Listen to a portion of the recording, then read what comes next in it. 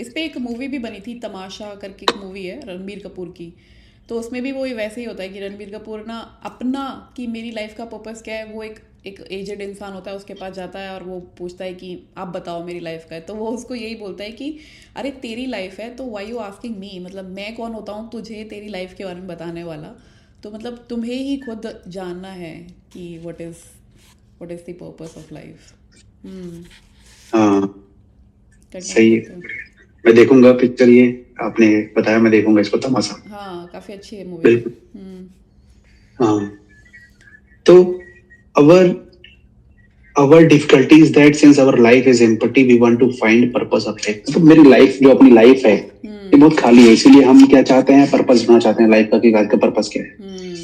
अब आगे बहुत अच्छी बात कहते हैं, when you say the purpose of life is to be happy. अगर आप कहते हो लाइफ का पर्पस है खुश होना, is to be happy, the purpose of life is to find God. अगर आप कहते हो कि गॉड को फाइंड करना जो है वो पर्पस। पर्पस है, surely the desire to find God is an escape from life, and you, God is merely a thing that is known. You can only make your way towards an object which is no. If you build a staircases to the things that you call God, जब हम कहते हैं कि life का purpose खुश होना है, life का पर्पस क्या है, गॉड, लाइफ का पर्पस गॉड को फाइंड करना ये सारी चीजें जो हम भी बोल रहे हैं, ये एक डिजायर है ना। ये सारी चीजें क्या है, ये गॉड को फाइंड करना और ये हैप्पीनेस को फाइंड करना, ये सारी डिजायर्स। आगे बढ़ते हैं, क्योंकि मैंने टिक भी लगाए हुए हैं, काफी अच्छी चीजें। When you see the purpose of life you are really escaping and not understanding what life is.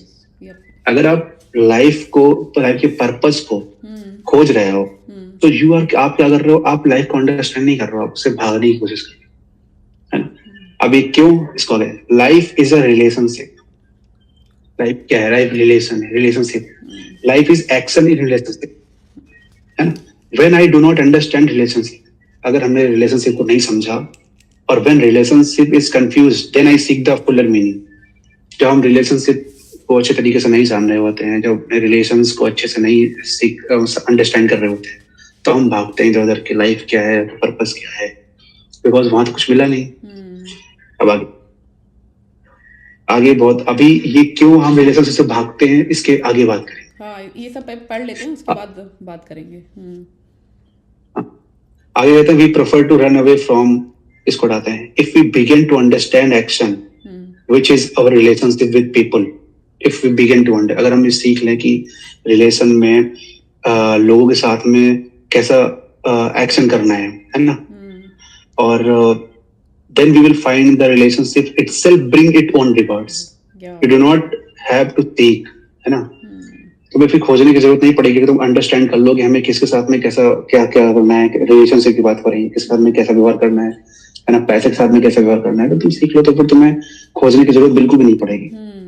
It is like seeking God, it is like seeking love. जैसे आप प्यार को खोज रहे हो, can you find love by seeking it. आप प्रेम को जो है खोज के नहीं पा सकते। Love can not be cultivated, है ना, इसको विकसित नहीं किया जा सकता, इसकी कोई परिभाषा नहीं होती।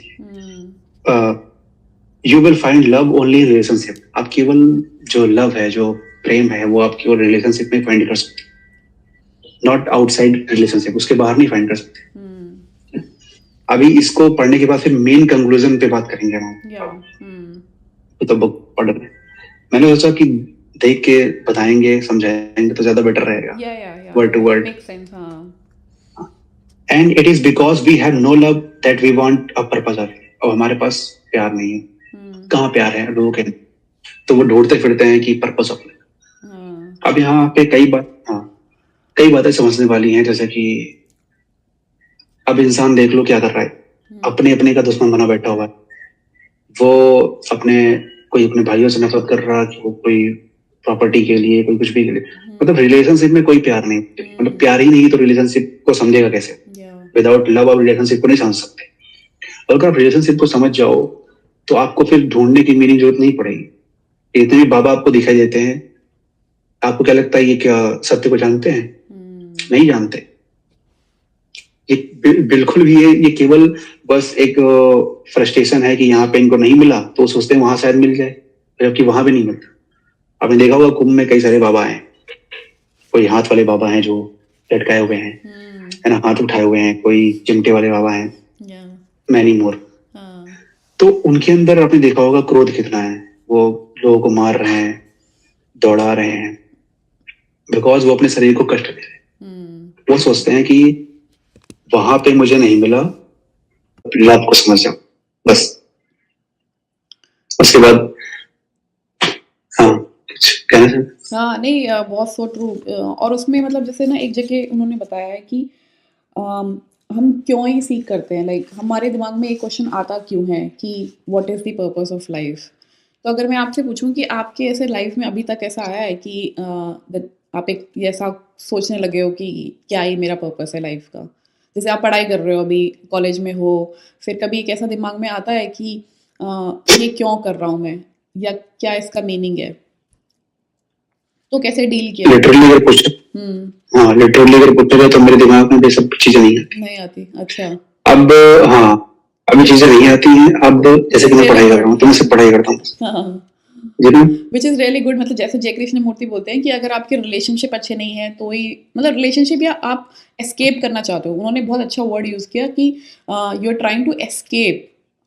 आप एक ना, अब जैसे बहुत लोग बोलते हैं कि मेरे को ट्रैवल जाना है या कहीं मुझे कुछ तो करना है, तो they are trying to escape from जो भी उसकी लाइफ अभी चल रही है।